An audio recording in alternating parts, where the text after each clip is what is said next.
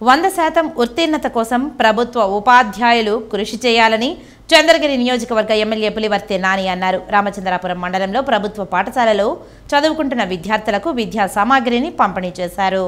తిరుపతి జిల్లా రామచంద్రాపురం మండలంలో కమ్మకండ్రిగా ప్రభుత్వ పాఠశాలలో చంద్రగిరి ఎమ్మెల్యే పులివర్తి నాని విద్యార్థులకు బుధవారం విద్యా సామాగ్రి పంపిణీ చేశారు. అనంతరం పులివర్తి నాని మాట్లాడుతూ గత ప్రభుత్వం విద్యా వ్యవస్థను అడ్డం పెట్టుకుని అనేక అక్రమాలకు పాల్పడిందని అన్నారు. విద్యా వ్యవస్థను ప్రక్షాళన చేయడానికి నారా లోకేష్ ను ముఖ్యమంత్రి చంద్రబాబు నాయుడును విద్యాశాఖ మంత్రిగా నియామకం చేయడం జరిగిందని ఎమ్మెల్యే తెలిపారు.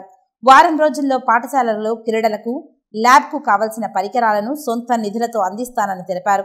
అలాగే 6 మండలాలలో ప్రభుత్వ పాఠశాలల్లో మరమ్మతులు వివరాలకు సంబంధించి నివేదిక కోరానని, నివేదిక రాగానే మంత్రి లోకేష్ దృష్టికి తీసుకువెళ్లి సమస్యలను పరిష్కరిస్తానని తెలియజేశారు.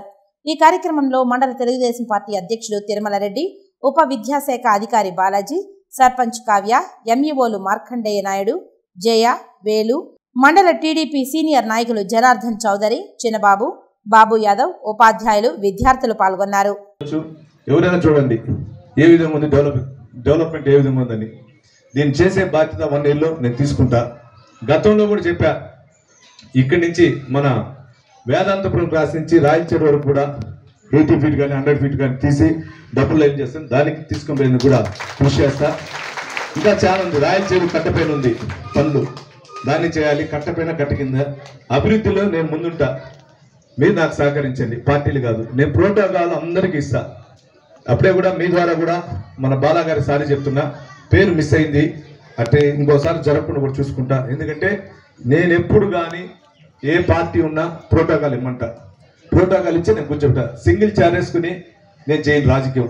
ఒక కుర్చీ వేసుకుని అధికారుల నుంచో పెట్టి ఎంపీటీసీని, సర్పంచ్ని, జెడ్పీటీసీని కింద కూర్చోబెట్టి చేసే రాజకీయం నేను చేయను.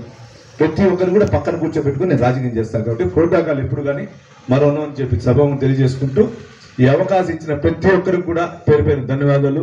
అధికారులు అందరూ కూడా పేరు పేరు ధన్యవాదాలు తెలియజేసుకుంటున్నారు.